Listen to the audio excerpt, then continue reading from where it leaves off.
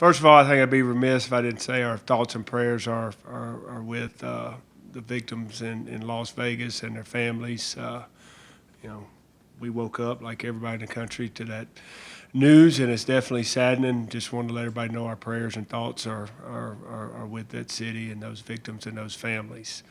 Last week's game, I know we talked about it after the game. Very pleased with the effort of our team on the road, getting a road win, a long road trip where there was a chance for a lot of distractions. Thought we handled going over early well. I loved our focus Thursday. I loved our focus Friday. And then we had a long day on Saturday, not playing until 6. And, we played, good football the whole game. There's a lot of things we can correct, offensive and defensively and special teams. But we played turnover free. We were able to gain one turnover there in the fourth quarter. Execution offensively was at a high level, had another really good day. Third down, had another good day in the red zone. Defensively, we played really well in the first half, set the tempo of the game, three and outs to start the game, gave the offensive excellent field position. The offense was able to capitalize in the first quarter, probably the best first quarter we've played this season, and offense and defense together, which was good to see. And then to come back after giving up a touchdown with less than 2 minutes to go in the half, to come back to get a score right there before half, I thought was huge. Really good throw by Nick Stevens, a great route by Mike, and a great individual effort to get in the end zone, to go up 31-7 at halftime and then come back the second half. And, we gave up 2 touchdowns but scored 3 offensively and finished the game the way we did. I was proud of our team. And saying that, like I'm going to tell them today at 2:15, that game is over. We got a bigger challenge this week against a very good Utah State football team. Coach Wells and his staff have done a really good job offensively. They're an explosive offensive football team. And I talked about Hawaii last week being a good offensive football team, which they were. This is a really good offensive football team that's led by their quarterback in Myers. I was talking at our staff meeting today. What is he, a 3-year starter? And then Coach English said he came in, the year before I got here when Chucky got injured. So really he's been playing for 4 years. He's almost a 4-year starter. I remember 3 years ago he rushed for 180 yards on us. He was having a good game last year in the first half, and we played, a little bit better defense in the second half. But here's an experienced quarterback. I know they've got a new offensive coordinator, but he's a guy that can handle that new terminology, the new things they're doing on offense. They're executing at a high level. I think one game they had 100-some snaps. They're going to snap the ball as fast as they can, and they do a lot of stuff off of those things. When you've got the ability to have quarterback runs, and it's not just zone reads, it's counters, it's quarterback powers and the quarterback zone read, and his ability to throw the ball. Their receivers are big, which size gives any defensive backs trouble when you've got guys that've got size. So it's a big challenge for our defense again, playing an explosive offensive football team. They're very sound and coached extremely well in the special teams. They do a lot of different stuff. So we're going to have to, be at our best in the special teams game. Defensively, my 2 years playing Utah State, they've always given us trouble because of what they do in the 3-down and mixing in the 4-down, the numerous pressures that they have and the numerous coverages that they play behind it. So it's got to be a good week for us offensively in understanding what they do. And now, granted, we practice against a 3-4. We play some teams that are 3-4. Oregon State has some tendencies of what Utah State has done in the past, but Oregon State played us a little bit different than I thought they would. But they are a 3-4 team. There is a little bit of carryover, but we're going to have to be very good in communication. And we're going in the road to a team that's 1-0 in the conference as well. And that is correct, right? Just San Jose, yeah. 1-0 in the conference as well. Fighting to get to 2-0 just like we are. And they're at home and we're traveling. So we got to be a mature football team again. Have great leadership. from top to bottom, and our players have got to have a good week of practice.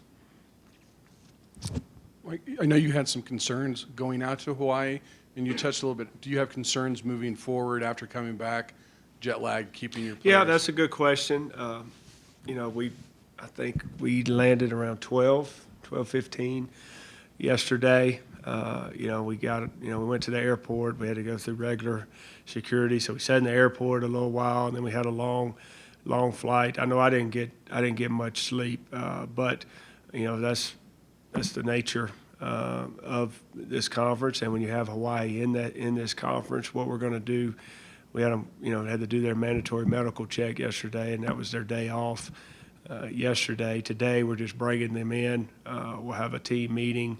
I'll address them. We'll go over, have a short special teams meeting, a short segment meeting, correct whatever we got to correct from the game against Hawaii. We'll start showing Utah State and get working on them. We won't spend a lot of time on Hawaii, hardly any, and then we'll take the day off from practice today. So we will not practice today, and we'll practice, have our normal Tuesday, Wednesday, Thursday, Friday, and just a chance to, kind of, get our bodies back acclimated. That's the big thing that I've talking to people. It really wasn't going out there. It was when you come back, the next week, you got to make sure you have a good plan where you're fresh for the next game. And, they played on Friday night, so they got a head start on us in preparing. They'll have a head start in having some extra days of practice. But it is what it is. We're playing them on the road. I feel like we got a good plan. That our players have got to be smart away from here, that they're doing the things that you need to do to get ready to practice and play at a high level and getting a proper rest. So, I feel like I'm going to talk to them today, but I feel like they used it talking to a few guys yesterday. They enjoyed getting into bed. We got to get up for school this morning and go to class. They got weightlifting, and then they'll be able to handle their academics a little bit earlier tonight and hopefully get into bed a little bit earlier tonight and get ready for a work day tomorrow, which is Tuesday. Mike, are you seeing when you look at what Nick Stevens, Michael Gallup are doing together, what can you say about just the pairing and kind of the chemistry they've developed with each other over the past 2 seasons now and where that can go? Well, I think you've seen it grow since probably maybe halfway through last season. And it was, Michael getting some confidence in his ability. And he was confident in his athletic ability, but hadn't been making a lot of plays and started making them in some games. And that gave Nick some confidence in his, ability to play the position. And it's almost like a security blanket a little bit, is that I can throw the ball to him, and he's got a chance to make an explosive play for me every time he touches it. And you saw that a lot last year with us in the screen game. I think you've seen it develop a little bit more than the screen game. We still run a number of screens to try to get the ball in Mike's hand to get him going. You can call a number of routes, and sometimes defenses can take a certain receiver away in the passing game. But in screens, it's basically a way of kind of handing him the ball in the screen game. But I think you've seen his development in the passing game, running routes downfield. Not just running takeoffs or fade routes. It's slants. It's that double move that he ran in the game the other night, where we had that in the game plan last year several times, and the execution just wasn't there for me to call those sorts of things for Mike. I just didn't think other guys ran those routes. Where now he's developing into a more complete receiver, and and Nick's confidence is growing, week in and week out. Not just because of Mike, but Mike is a big part of that. And we got to continue building on that. Where it can go, I don't. We had a great game last week. We got to have a good game this week, good enough to win. It could be, throw it 40 times. It could be throw it 10. Mike might get. It depends on what we feel like the game plan is the best to be successful in this game and the direction we go. We've been throwing it 40 times a game, and we came out last week in all 22 personnel because we thought that would give us the best chance to win. So at the end of the day, we're going to get a plan that gives us the best chance to win schematically, and then within that scheme of who we have on the field, you can bet that number 4 will be involved. Just one quick follow-up. When Yeah. you were a quarterback, did you ever have kind of a receiver that was just kind of? Yeah, he's 2 time. He's a Super Bowl MVP. Probably going to be in the Hall of Fame. Hines Ward, he's pretty good. How important was that, though, to have that, kind of that guy you knew? Certainly you had other guys you could throw to, but that guy you knew was going to make plays. Well, I mean, it's you feel you have a comfort zone. You want somebody who's going to be dependable. You know, when you go into this guy, he's going to be there and he's going to make the catch. You know, the tough catch sometimes, and that's what Mike has done.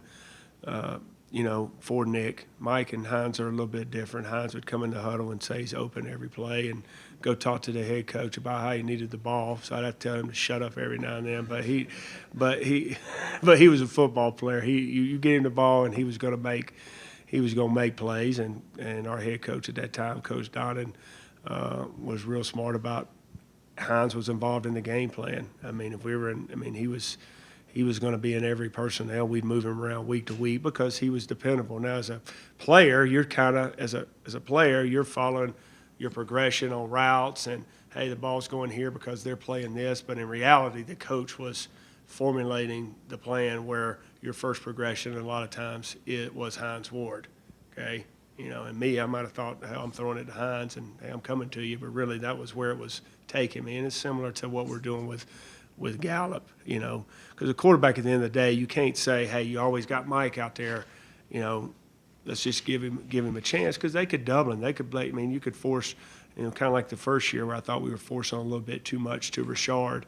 I think we're doing a better job of moving Gallup around where he's playing, you know, he's playing in the slot, he's playing outside, he's playing backside to trips, where no matter what we do, we can put him in positions to be able to get some touches.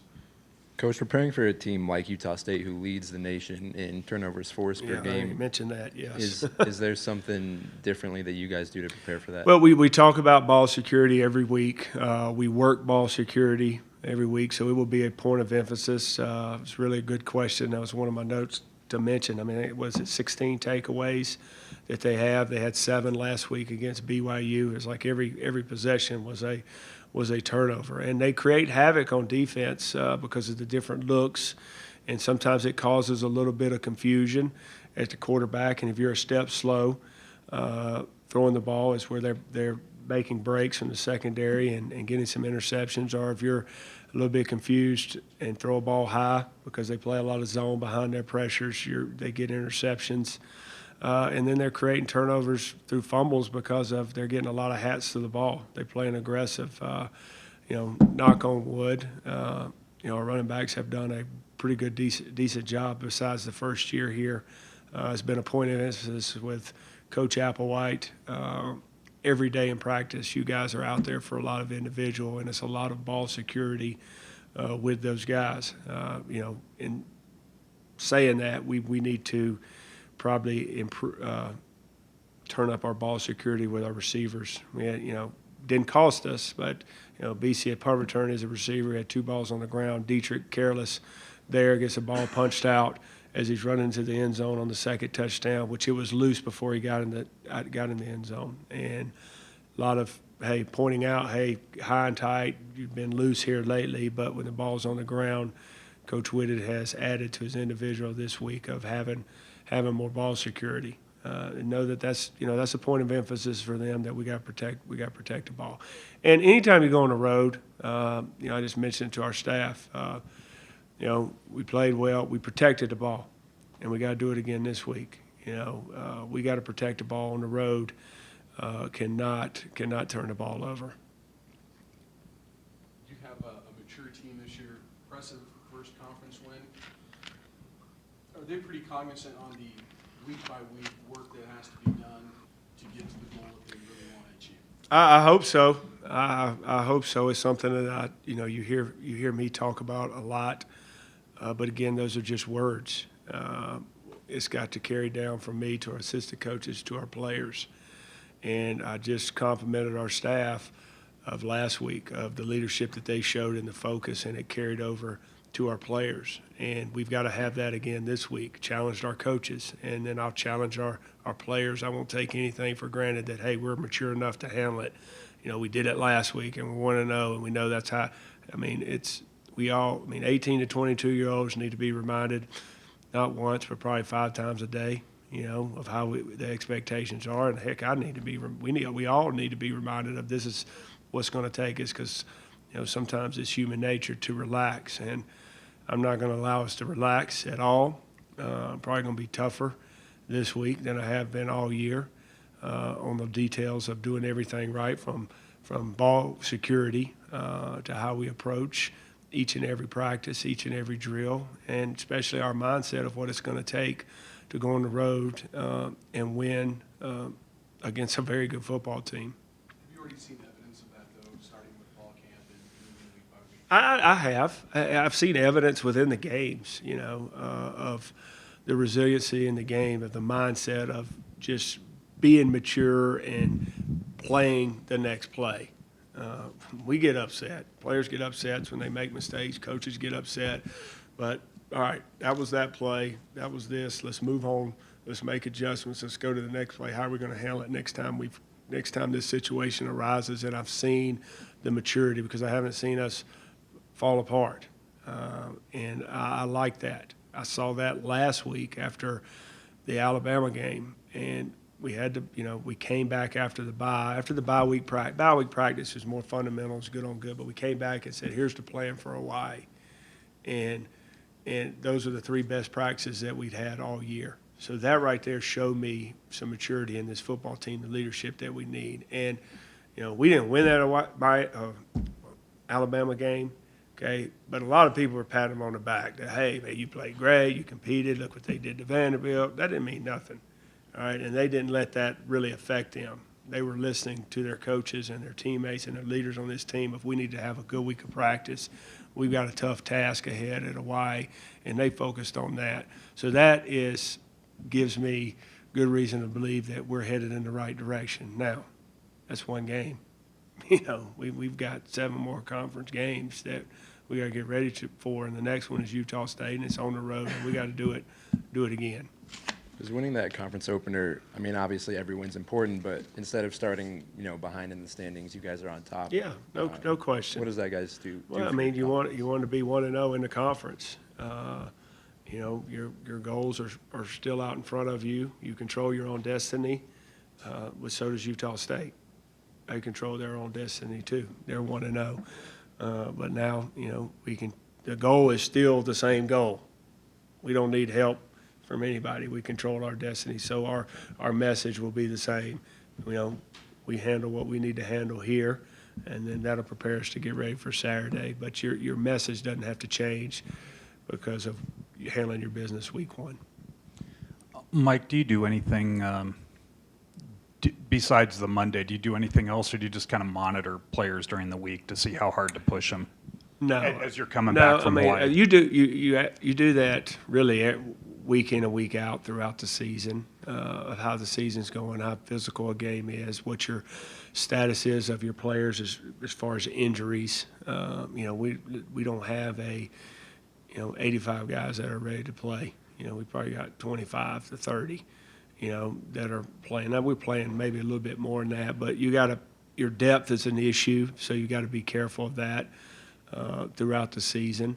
But we cut one lift out this week, and then a little bit extra time of rest. But at the same time, we got to gear back up too, and we got to get ready to play. We got to push ourselves in practice as far as going full speed and getting physical in practice, so we can be ready for Saturday. That's not going to carry over just because, hey, we give them some time off, we'll be just like we were last week. We got to practice to the point of where we can execute our game plan full speed. Go ahead, you're right. You talked a little bit after the game about not getting enough pressure on Drew Brown. Yeah. With the tempo that Utah State plays on. Is there anything you can do with a 4-down line, or are you going to have to be more creative to try to create? Well, that's something we're looking at right now, to be honest, of how to create more pressure. He threw it, 47 times last week, completed 31 of those, and, we got near him a couple of times, but it was because he was holding the ball a little bit. They did a great job of getting the ball out quickly, but that is a concern that we're not getting enough pressure on the quarterback. We gotta look at things that we're gonna do, which I'm not ready to get into, of how we're gonna get we're going to get pressure. But that is, you're about to play a guy that's played for 4 years, and a head coach that's got a really good offensive mind, and then a coordinator that's been in a lot of places, that's done a lot of things, and knows how to throw the ball in attack zone coverage and man coverage. So we got to mix things up a little bit, give some guys some different looks, and we got to find a way to affect the quarterback. Because if you don't affect the quarterback, it's going to be a long day, and we got to create some pressure on the quarterback other than coverage, playing hard, or scoring on offense. I mean, that's pressure. That's pressure, too, for a quarterback and an offense when you're scoring on the other side of the ball that you got to keep up, and causes you to do some things that you normally wouldn't do because the other team is scoring the ball. But we got to affect the quarterback by getting in his face and hitting him. We're not doing that enough. Mike, you've talked a lot about the maturity of this team. How much of that is just the experience guys have, but how much is the player leadership? You've talked the first 2 years about really needing players to take ownership. Is that what's finally happening this year? Yeah, it was yet to be seen. This season not done. We got a long way to go because things are going to happen that are good. Hopefully it's a lot of good things, and we got to handle it that way. But there could be some adversity with not playing well and not getting the result we wanted, and how we're going to handle that. But I really love the leadership of a lot of guys on this team, but a few to point out. Nick Stevens, here's a guy that we've talked about a lot of what he's overcome. Starter, not starter, starter, interception, throwing some interceptions this year. And he just continues to go about his business and work extremely hard and understands the game plan, has complete confidence in what we're doing, and the players have confidence in him. He's more vocal and demanding. He has a better relationship with more guys on the team. He has a better relationship with the receivers. I think that's a result into why we get better results in the passing game, because it's a relationship, his communication. It's always there's something to be said of when coach is constantly saying the same thing, but that quarterback walks over there and says, that's how you should have ran that route, or that's why we completed that one, because you ran it this way. It has a bigger effect on a player.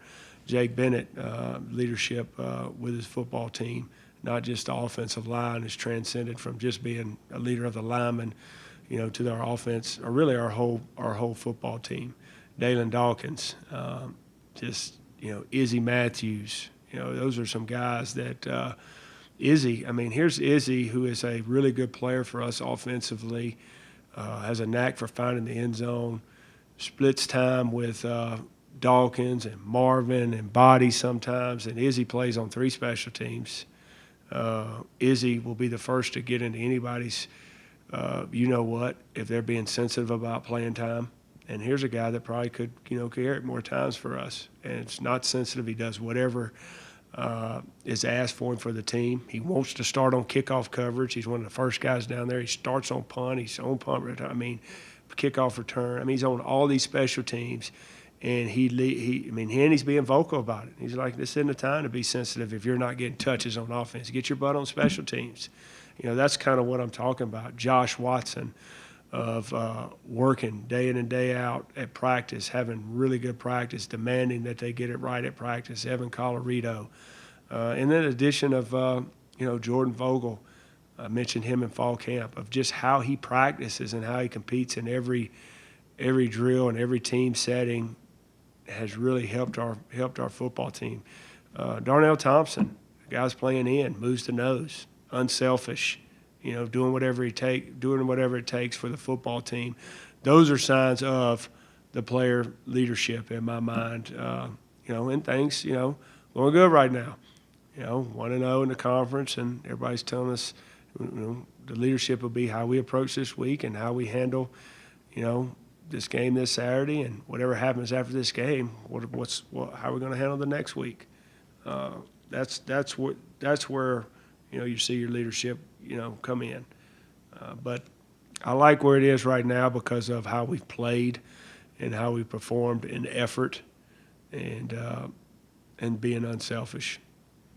Coach, as you mentioned, there was a lot being said about Hawaii's offense prior to Saturday, and your defense again stepped up to stop an explosive offense. Is that a testament to your guys' preparation and just the pride that they're taking in that unit this year? I think they did a really good job in preparing and understand how Hawaii was trying to attack us and playing within the scheme. We did not pressure a lot against Hawaii. We played some base defense and base coverage and asked our guys to execute and play within the scheme. And I thought they did a really good job, especially, early in the game, and especially on third down. They were 1 for 7.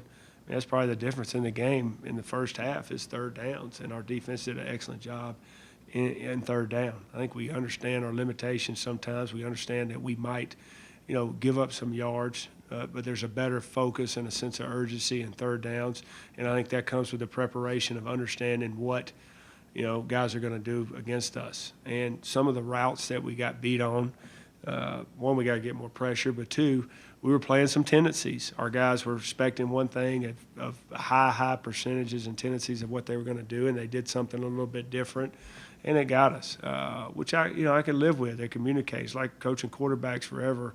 This is what you're going to do, but if a guy can say, hey, this is why, this is what I saw, it means they're into it and understand. So I feel like there's a better focus and attention to detail on defense of that.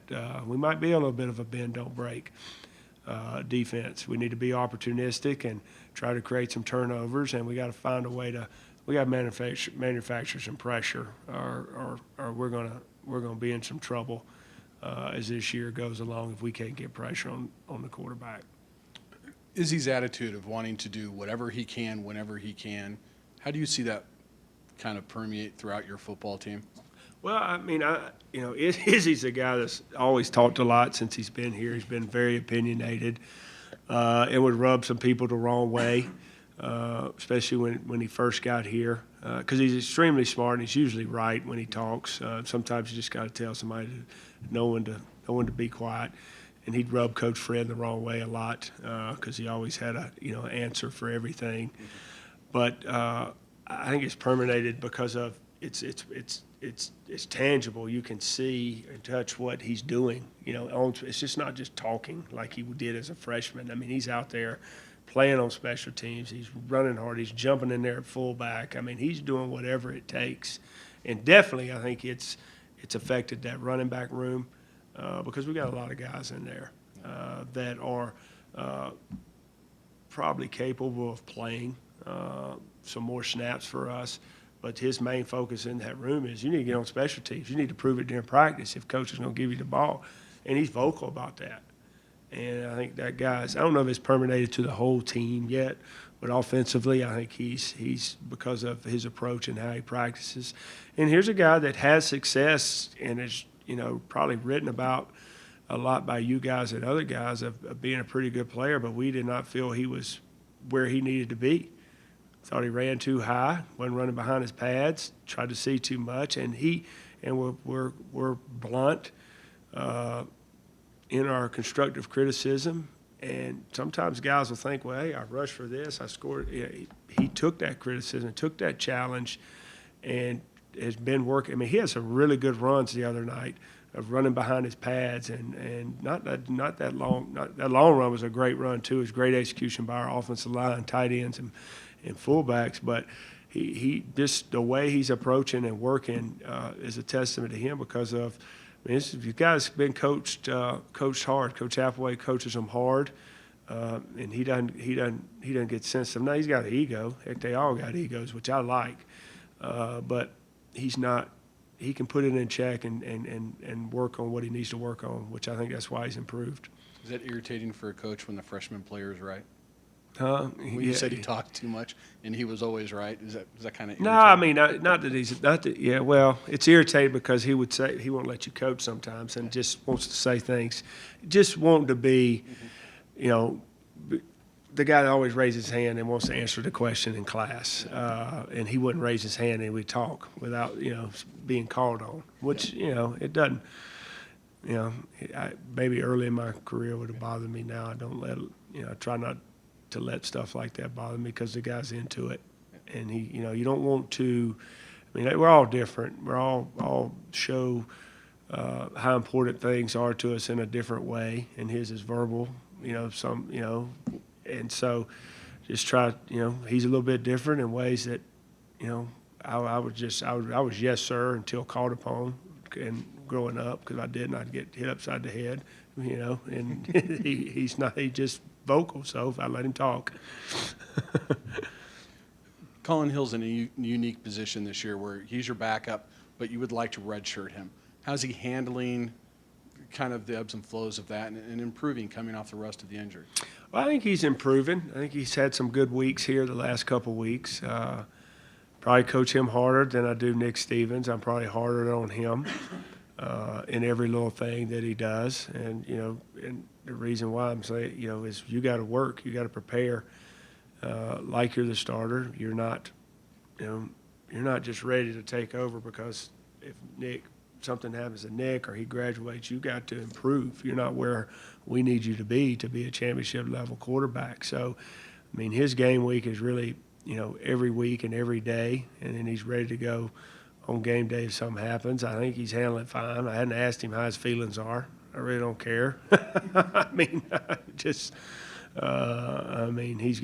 he told me when he came here he wanted to be one of the best quarterbacks in the country, so I'm going to coach him the way I know how to coach him. And I told him I'm going to be hard on him. So all that was up front before he got here, so I hadn't asked him how he's handling it. All right.